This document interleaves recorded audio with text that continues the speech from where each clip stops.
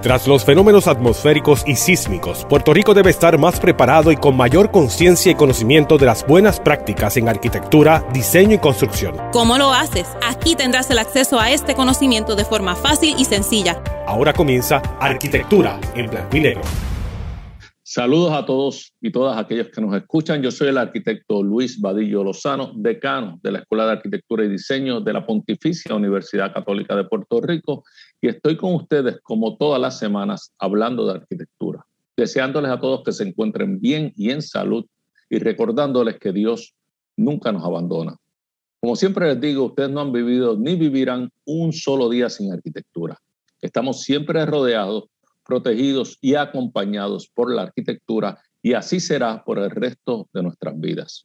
En este programa compartiremos con ustedes ideas que le permitan entender, conocer la profesión y les sirvan para evaluar, observar, saber exigir y saber apreciar la buena arquitectura.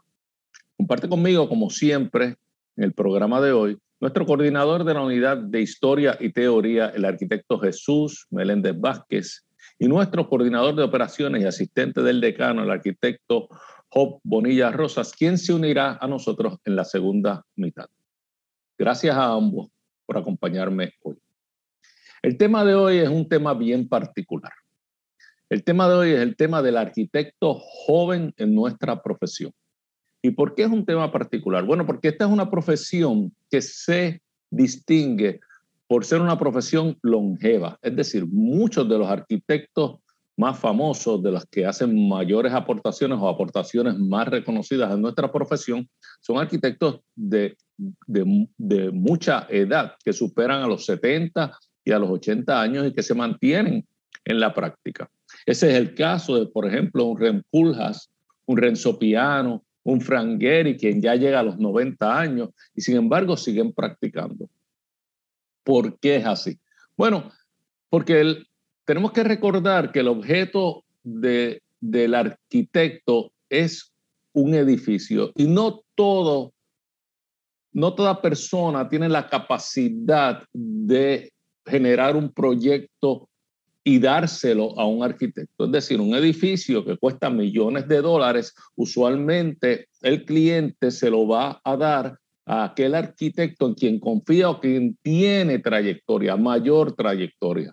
Quiere decir que los arquitectos jóvenes se les hace un poco difícil acceder a estos clientes y por lo tanto su obra es un poco más limitada. Es una profesión entonces de una curva lenta, ascendente, donde los primeros años la oportunidad de hacer arquitectura es limitada. Y si es limitada, entonces, ¿en qué aspectos de la profesión, en qué campos de la profesión un arquitecto joven puede participar? ¿Y cuáles son las aportaciones de este arquitecto joven si en realidad no hace tanta arquitectura, sino hace otras cosas, porque no tiene tantos clientes que le comisionen proyectos? Y para eso tenemos a Jesús, que nos va a ayudar hoy en un poquito a entender este tema, y estaremos conversando entre los dos alrededor de eso. Sobre todo, Jesús es precisamente un arquitecto joven, o sea que nos va a ayudar tremendamente a comprender cuáles son las oportunidades de participación dentro de la profesión que él ve para estas nuevas generaciones de la arquitectura. Jesús, ¿estás por ahí? Acompáñanos en esta conversación. Saludos, ¿cómo están? Gracias por esta invitación. Siempre es un placer estar aquí en este programa. Siempre lo disfruto mucho cada vez que tengo la oportunidad de hablar de arquitectura. Así que en el día de hoy, dentro de este tema de Young Architects, de arquitectos jóvenes, lo primero que debemos tener en cuenta a los que nos están escuchando y los que están viendo es que en la historia de la arquitectura siempre hay jóvenes destacados, ¿verdad? Que de alguna manera sienten esta curiosidad o inclusive esta transgresión de hacer un cambio radical, ¿verdad? Lo hemos visto desde el siglo XV en el Renacimiento, ¿verdad? Que empezando con León Battista Alberti e inclusive en el principio del siglo XX con Le Corbusier, que su primera publicación ocurre en 1912, a sus 27 años, ¿verdad? También ocurre con Ren Koolhaas, que más en la década de los 70 y los 80. Pero, curiosamente, lo peculiar de estos jóvenes arquitectos es que siempre tienen una mejor observación y reaccionan ante esos cambios, ¿verdad? Para poder proponer algo nuevo. Y un ejemplo breve, ¿verdad? De ese tipo de gestión de arquitectos jóvenes puede ser el caso de Robert Venturi, ¿verdad? Que Robert Venturi se conoce como un arquitecto, un educador, hasta filósofo y artista dentro del mundo de la arquitectura. Pero una de sus primeras contribuciones, curiosamente, reside en el mundo teórico de la arquitectura, en el mundo del papel y tinta, en el mundo de las ideas, que me está curiosísimo, ¿verdad? Esta imagen, porque mejor ejemplifica. Es el mejor ejemplo de cómo un arquitecto joven que no tiene muchos clientes empieza a desarrollar sus ideas y lo hace a través de la escala de la maqueta, una escala pequeña, asequible, ¿verdad?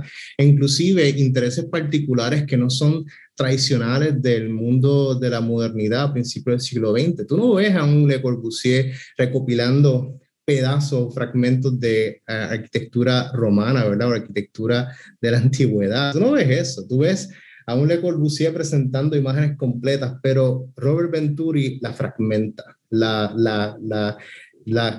casi que la categoriza, ¿verdad? Para poder utilizarla en su arquitectura. Y eso es uno de los principios que, curiosamente, casi todos los arquitectos desde 1950 en adelante hacen lo mismo. Y me parece eso muy peculiar, que la fragmentación de las ideas se convierta en el lenguaje principal de producir arquitectura en la posmodernidad. O sea que lo que me estás diciendo es interesantísimo, la figura que traes a colación y a nuestra atención, la figura de Robert Venturi, quien yo estoy seguro que muchas personas que nos están escuchando ahora me dicen, pero Robert Venturi no es un arquitecto joven, es más, Robert Venturi ya murió en el 2018, pero sí fue joven.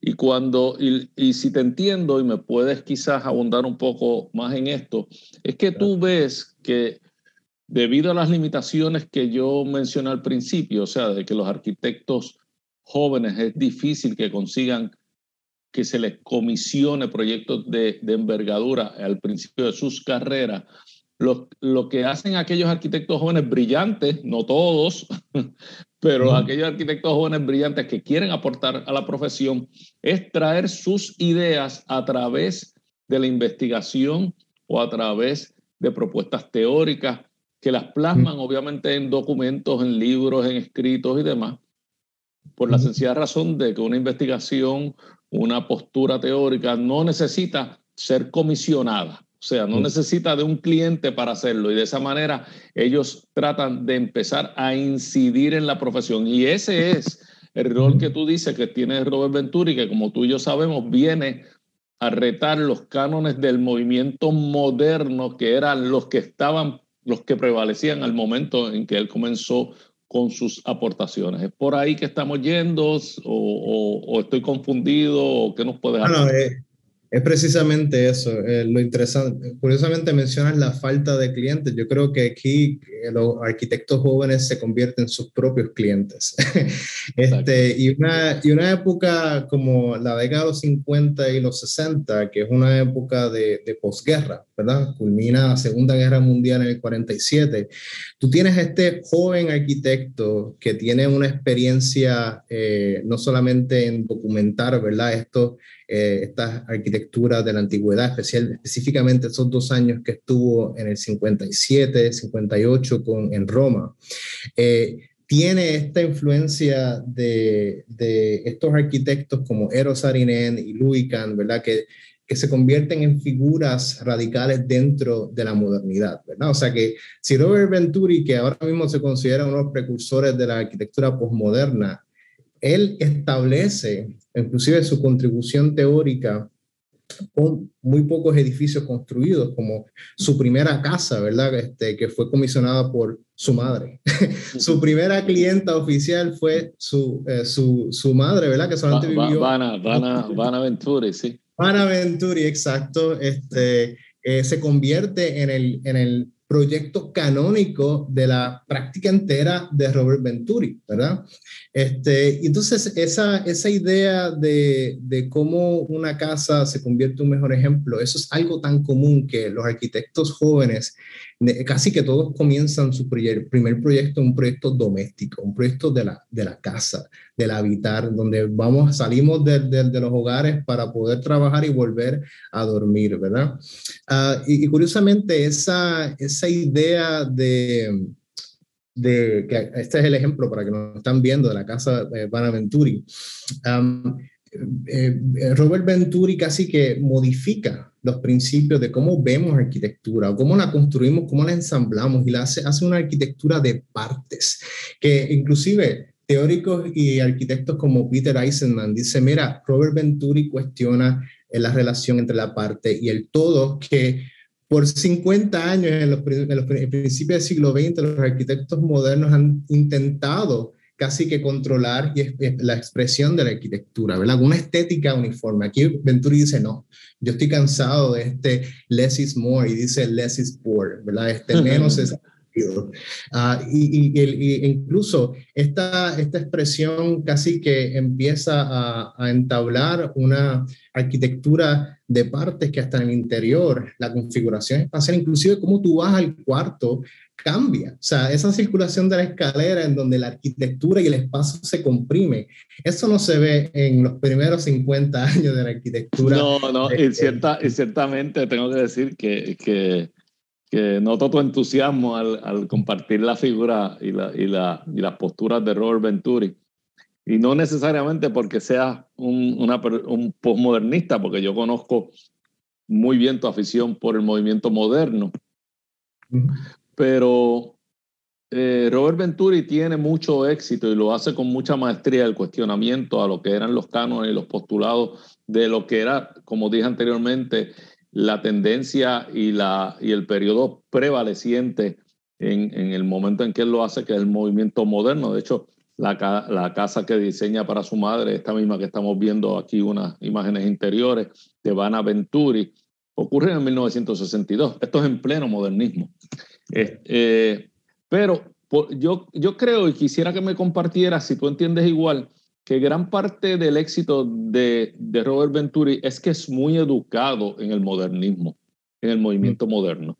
Esa experiencia que él tiene de trabajar y compartir con dos de las grandes figuras del movimiento moderno, como son Eero Saarinen y Louis Kahn, le dio a él conocimiento suficiente para entender lo que él pensaba eran los fallos del movimiento o de esa escuela o de esa línea de pensamiento, y poder retarlos con mucha educación, con mucha precisión. No es un reto ignorante, es un reto muy, muy bien construido. Y no sé si tú crees que el haber tenido la experiencia de funcionar con estos dos grandes nombres, estos dos grandes colosos del movimiento moderno, le dieron a él esas herramientas y ese nivel de conocimiento de saber por dónde fallaba el movimiento moderno y qué era lo que se le podía cuestionar.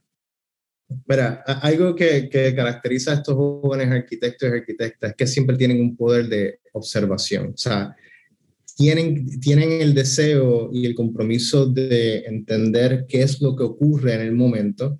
Y para esa época me gustaría presentar estas dos imágenes. Tenemos a mano izquierda a Eero Saarinen y a Louis Kahn. O sea, aquí lo que diferencia a estos dos arquitectos y lo que podría ser una figura icónica de principio del siglo XX como Le Corbusier, un arquitecto suizo, es que Eero Saarinen y Louis Kahn siempre están en el extremo, ¿verdad?, de la expresión de la arquitectura, ¿verdad? Llevan esta modernidad, esta expresión de la arquitectura moderna al límite. O sea, que hay una concepción de futuro, ¿verdad?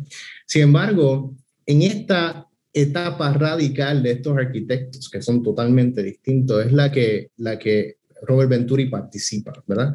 Pero Venturi tiene que saber la gramática de esta arquitectura, la sintaxis, cómo se ensambla la arquitectura. Y este proyecto que es en el cual participó en el diseño de Eero Saarinen, que se llama el Milwaukee County War Memorial Center en 55, que todavía en esa época él tenía como unos 30 años, un arquitecto joven. Esa expresión de esa arquitectura es totalmente fuera de la norma, o sea, es siguiendo lo ortodoxo de la arquitectura, porque es una arquitectura en pilotis, elevada, ¿verdad?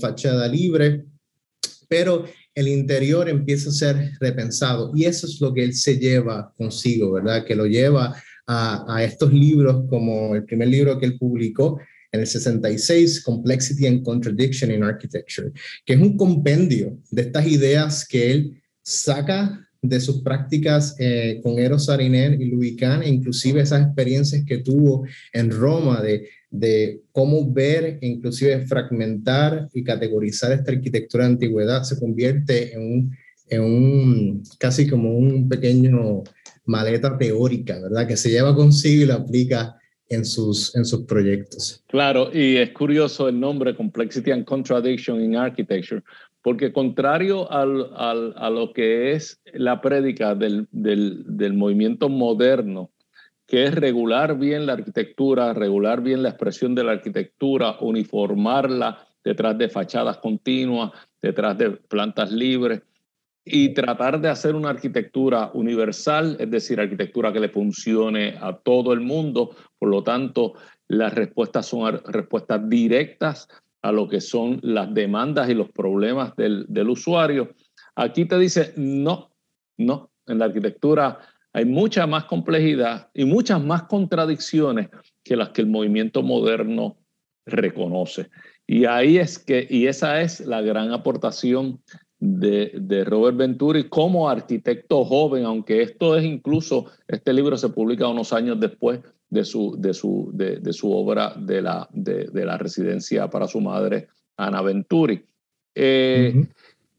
¿Tú dirías entonces que en eso reside el valor del arquitecto joven? Reside precisamente en atreverse a retar los cánones prevalecientes de su momento, y sus primeras ejecutorias tienen que ser casi que por obligación, por descarte, en el mundo de lo teórico y de la investigación, porque va a tardar un tiempo en lo que alguien le comisiona un proyecto. Eso es lo que estaríamos hablando, un proyecto de cierta magnitud. Eso es lo que estaríamos hablando, si te entiendo bien por dónde es que te has acercado al tema.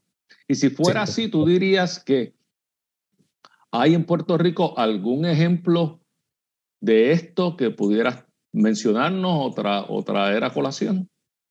Claro que sí, hay un arquitecto que se llama el arquitecto Héctor Arce Quintero. Él es un arquitecto que no está con nosotros. Curiosamente, algo que se caracteriza de él es que muchas de sus contribuciones a la arquitectura y al urbanismo aquí en Puerto Rico fue cuando tenía entre sus 40 años, ¿verdad? Y que inclusive el Colegio de Arquitectos y Arquitectas Paisajistas de Puerto Rico ha desarrollado un premio en el 2012, ¿verdad?, confiriendo estos premios a arquitectos jóvenes, ¿verdad?, que tienen una contribución significativa. Ahora bien, Héctor Arce Quintero, él nace en el 52, ¿verdad? Estudia en la Universidad de Cornell, bachillerato en arquitectura, y continúa sus estudios de posgrado, maestría en la Universidad de Harvard.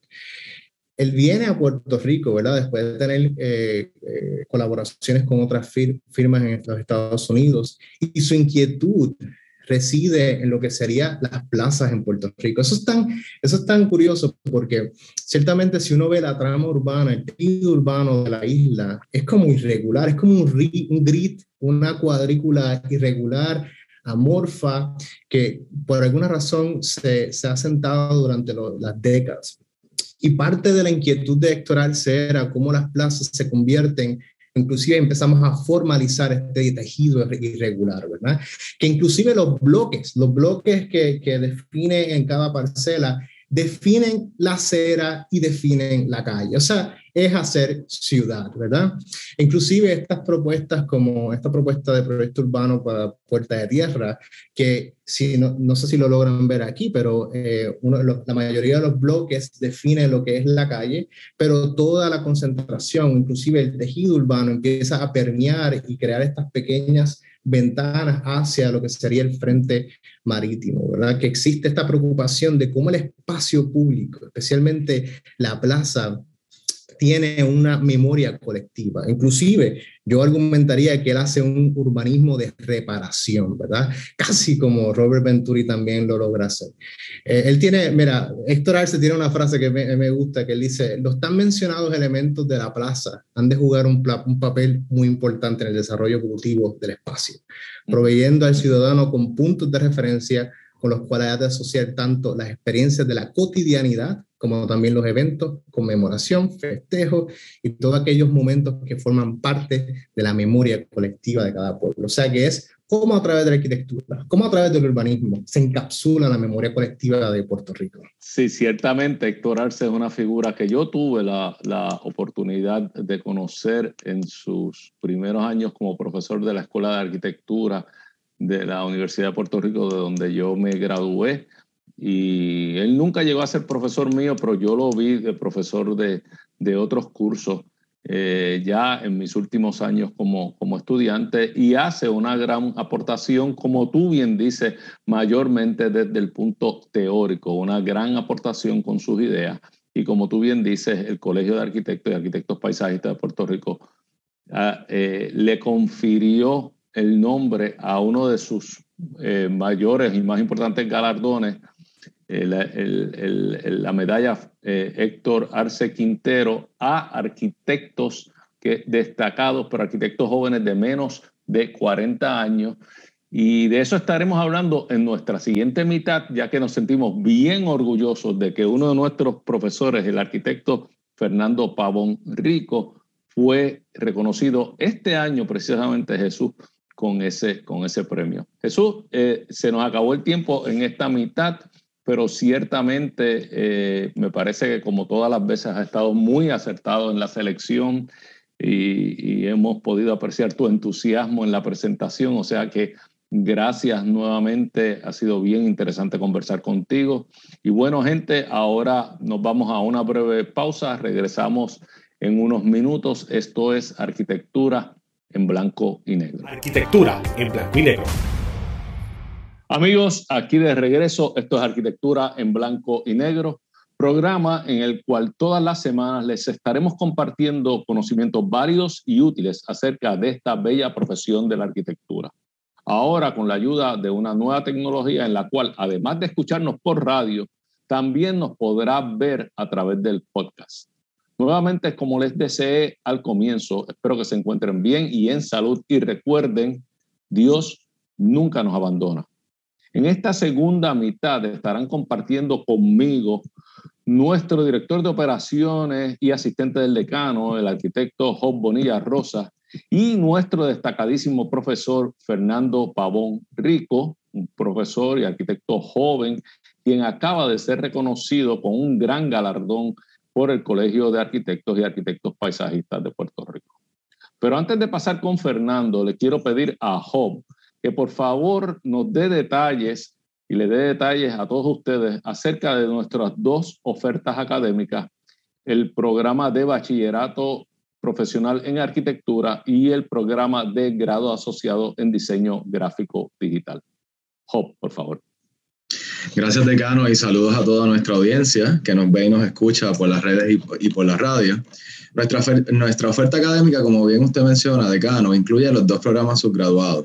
Un grado asociado en diseño gráfico digital de 68 créditos, que son 2 años de carrera aproximadamente, y un bachillerato profesional en arquitectura de 181 créditos, que incluye un grado menor y sería de 5 años aproximado. Es importante que todos aquellos que nos están escuchando, que estén interesados en alguno de nuestros programas y deseen información o incluso visitarnos o una orientación, se comuniquen con nosotros a nuestro decanato al teléfono 787-841-2000, las extensiones 1310 o 1362, que cualquiera de nuestro personal los va a poder asistir. Repito nuevamente, 787-841-2000, extensión 1310 y 1310. Gracias, decano. Excelente, Job. Gracias siempre por tu apoyo y por tu compromiso. Ciertamente todo el que nos esté escuchando y que quiera formar parte de esta gran escuela, pues ya Job les ha compartido los contactos y los esperamos aquí con mucho entusiasmo. Bueno, vamos entonces a nuestro invitado de hoy, el arquitecto Fernando Pavón Rico. Déjenme darle una introducción. El Colegio de Arquitectos y Arquitectos Paisajistas de Puerto Rico, que es la entidad principal que agrupa las profesiones de arquitectura y arquitectura paisajista en Puerto Rico, tiene dos premios principales. Uno para la arquitectura. Tiene uno, el premio Henry Klum, y otro, el premio Héctor Arce Quintero. El premio Henry Klum es un premio que se le otorga a los arquitectos en su trayectoria de vida y es un premio muy bien cotizado y que ciertamente llena de prestigio a todas las personas que así lo reciben. El premio Héctor Arce Quintero es un premio diseñado o pensado para los arquitectos jóvenes, para arquitectos de 40 años o menos. Eso lo tocamos anteriormente en la primera parte del programa, donde hablamos un poco del arquitecto Héctor Arce, a quien tuve el placer y el honor de conocer mientras yo era estudiante de arquitectura de la Escuela de Arquitectura de la Universidad de Puerto Rico. Recibir este premio es ser destacado por unos esfuerzos tempranos y válidos y legítimos en favor de la profesión. Y ciertamente a nosotros, a mí como decano y a la Escuela de Arquitectura de la Pontificia Universidad Católica, le llena de gran prestigio, de gran orgullo el que uno de nuestros profesores, en este caso Fernando, haya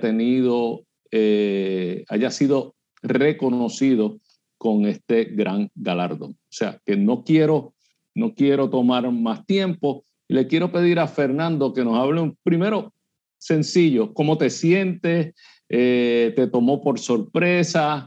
¿Qué se siente cuando uno es reconocido por sus iguales con un galardón de tanta importancia como es el galardón Héctor Arce? Por supuesto. Muy buenas tardes, señor decano, arquitecto Bonilla, y por supuesto a la distinguida audiencia de este programa tan importante para nuestra profesión. Yo estoy muy contento y muy privilegiado de compartir con ustedes esta tarde y muy feliz y siento que es un gran honor para mí haber recibido este premio, que en este año lo compartí con el arquitecto Víctor Nieto, presidente de la Fundación por la Arquitectura, y que a mi entender es la tercera vez que se otorga desde que se comenzó este galardón. Para mí, yo conocía del premio, pero pensaba que era un premio que no continuaría ofreciéndose, puesto que había sido mucho tiempo que no se otorgaba. Pero el arquitecto Víctor Nieto me llamó y me preguntó si estaría dispuesto a recibir la nominación. Y pues yo accedí y entonces pues procedimos a preparar la documentación necesaria para acceder al premio. Y el premio fue en una categoría particular que es de publicaciones, aportaciones educativas y aportaciones investigativas a la profesión dirigidas a construir un urbanismo responsable. Estuve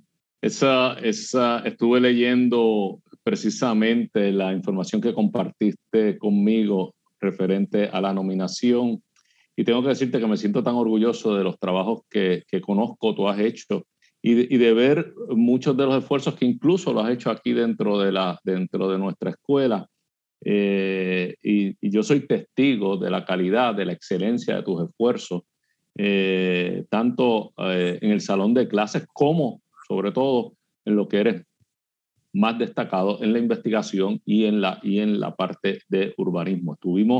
Estuvimos compartiendo en la primera mitad acerca de una gran figura de la arquitectura que tú conoces seguramente muy bien, que es el arquitecto Robert Venturi, que es un arquitecto que nace en el 1925, en pleno movimiento moderno, rodeado de figuras con las que compartió oficina. Trabajó para Saarinen, trabajó para Louis Kahn, o sea que son figuras potentes dentro del movimiento moderno. Y sin embargo, con sus posturas de carácter teórico, él en su juventud comienza a cuestionarse ese movimiento al grado de que ya escribe aquel famoso libro Complexity and Contradiction, que es un libro de reto a todos esos cánones del movimiento moderno en un momento donde eso era herejía, básicamente.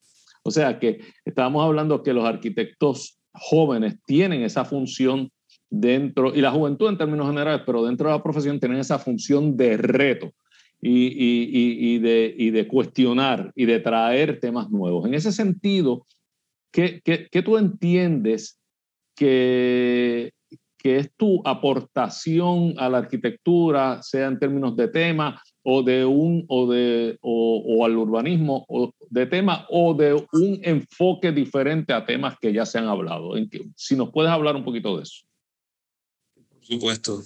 A mí el trabajo de Venturi y de otras personas de su generación me fascina, pues por supuesto, porque fue un reto a los cánones de su época y a la cultura de su época y demás. Y no obstante, a mí me parece que por eso mismo ha habido una pausa en el entendimiento de lo que significó aquella época, esa modernidad.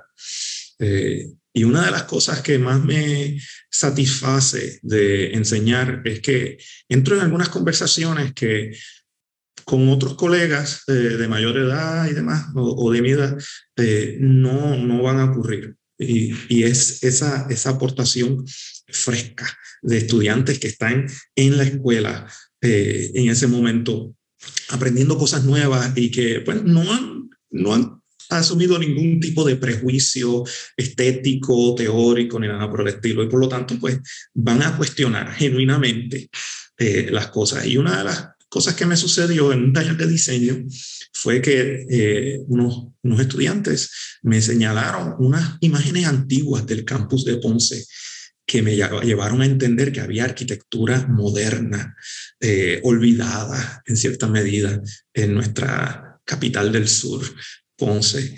Esto no solamente en el campus, también en otros espacios importantes, conjuntos de hospitales, edificios comerciales, espacios de ocio y diversión. Y eso significaba que teníamos que explorar lo que sucedió en aquel momento.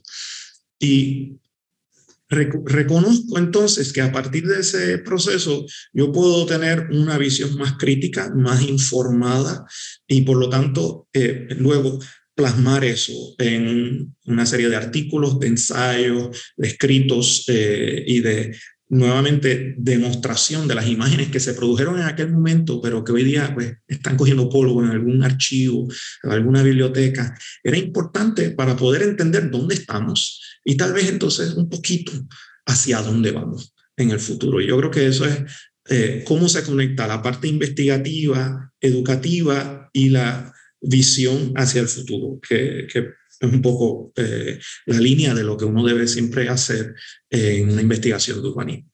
Sí, yo supongo que la sola mención de Venturi debe un poquito levantar tus alertas, porque yo sé que tú eres una persona, un amante del movimiento moderno y un estudioso del movimiento moderno,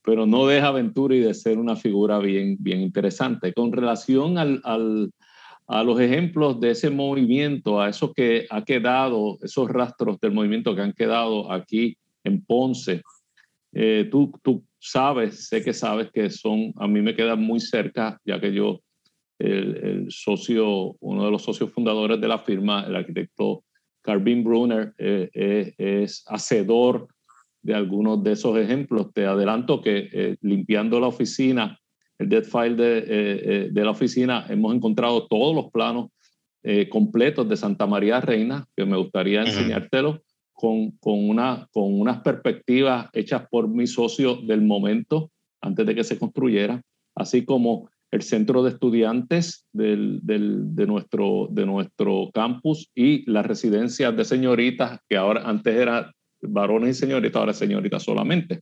O sea, que hay mucho para mí en ese campus.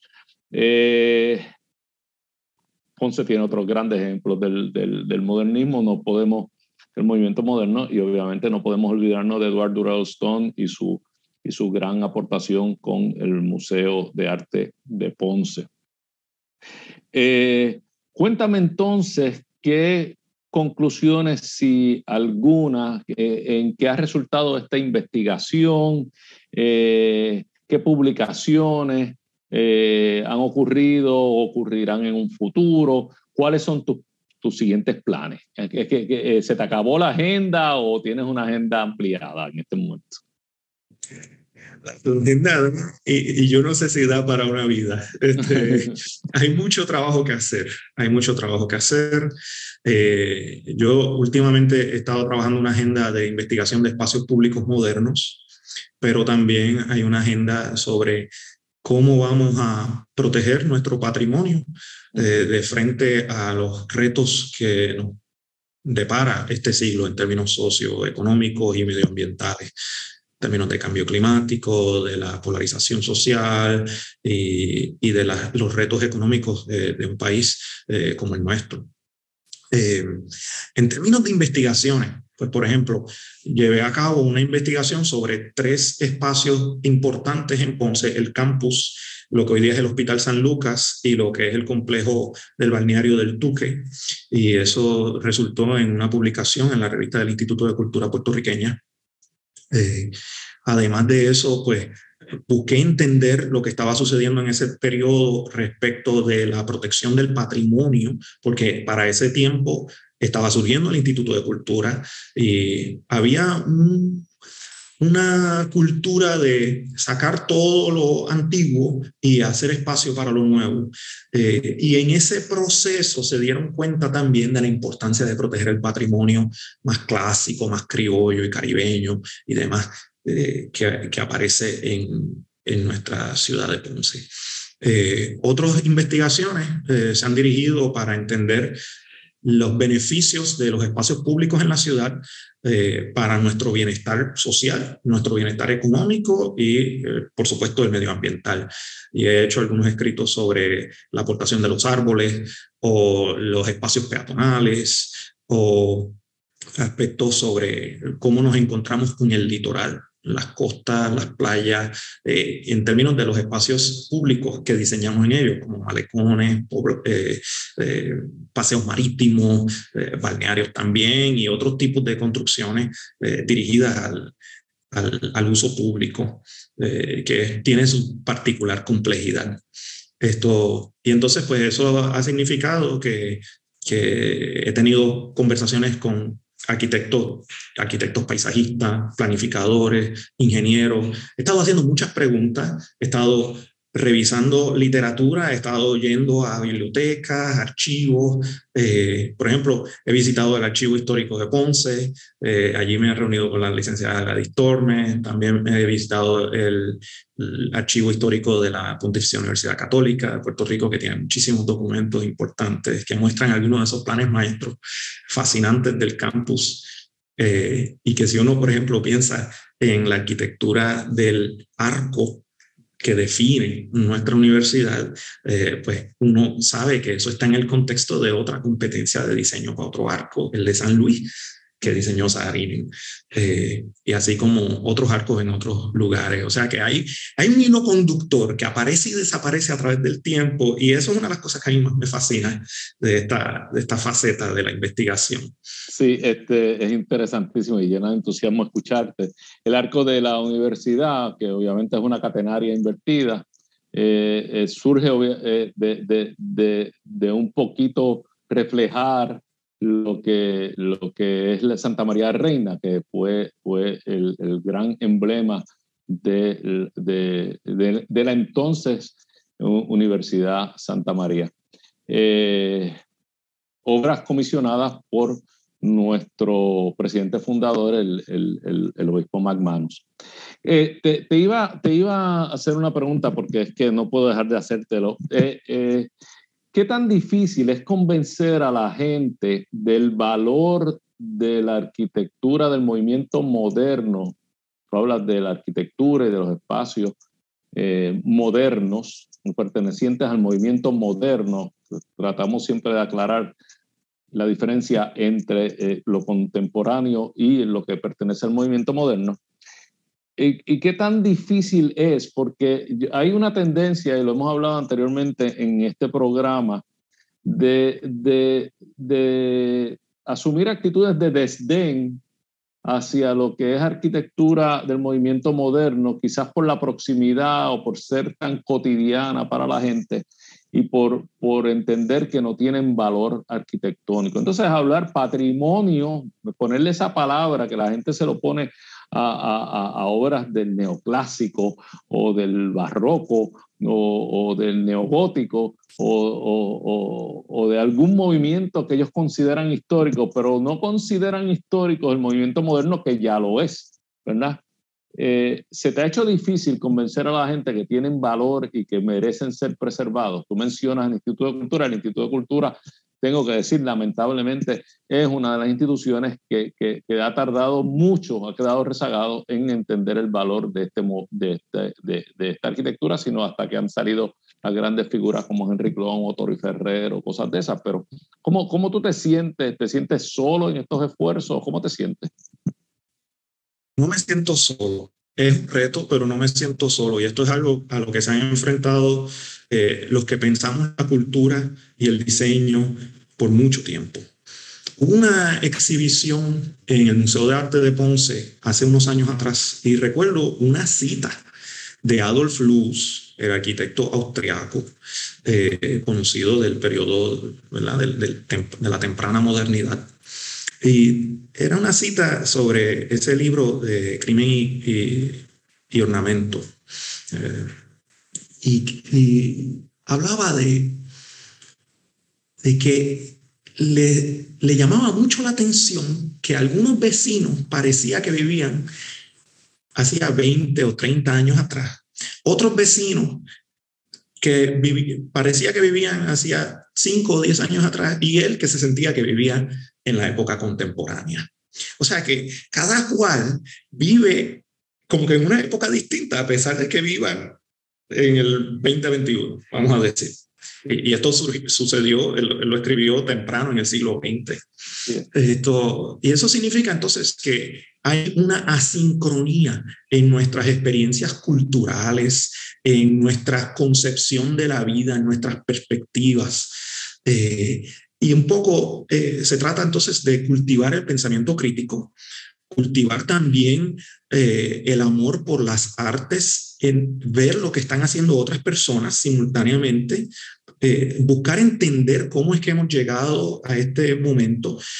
Una de las cosas que sucedió con la modernidad es que apareció el aparato de la cámara fotográfica y luego la cámara cinematográfica. Entonces, de repente, aquellos pintores, aquellos grabadores que se dedicaban habían desarrollado una técnica muy avanzada de imitación, lo más fidedigna posible de la naturaleza y demás, tenían un reto que no podían superar. Entonces, ¿qué sucedió? Empezaron a mirar la abstracción, lo que había detrás de esa mirada, de lo que estaban observando en el paisaje, en esas ciudades, en su vida cotidiana y demás. Y lo mismo sucedió con la arquitectura. Ya no se trataba entonces tanto de la ornamentación o de repetir lo que habían hecho los antiguos. No, pues ahora vivíamos en el siglo XX, hoy día en el siglo XXI, y significaba que teníamos que reflejar culturalmente el progreso tecnológico de la época, el progreso social, el progreso económico, pero también todas las grandes crisis, las guerras, las epidemias. Eso es así, el comienzo, las grandes razones. Las grandes y las muchas razones para el surgimiento del movimiento moderno lo explican, y hay veces que es difícil de entender que el movimiento moderno es una reacción a sus circunstancias, a unas circunstancias muy particulares de comienzo de siglo y de finales del siglo pasado. Y es cuando uno entiende estas circunstancias que uno empieza a apreciarlo. Fernando, tengo que decirte que el tiempo se nos acabó, se nos fue volando.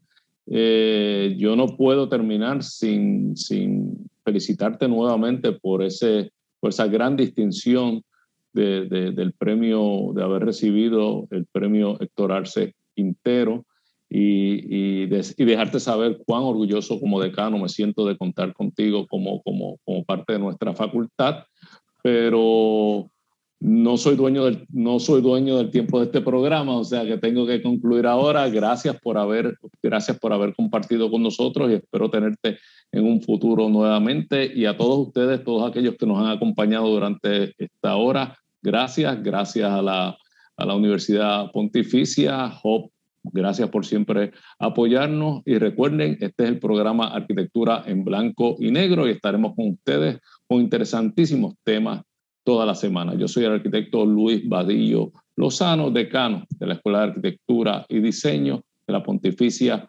Universidad Católica de Puerto Rico. Todos vivimos en sintonía con la arquitectura. Queremos escuchar tus ideas, dudas y preocupaciones. Escríbenos a arquitecturaenblancoynegro@pucpr.edu. Arquitectura en Blanco y Negro es una producción de la Pontificia Universidad Católica de Puerto Rico.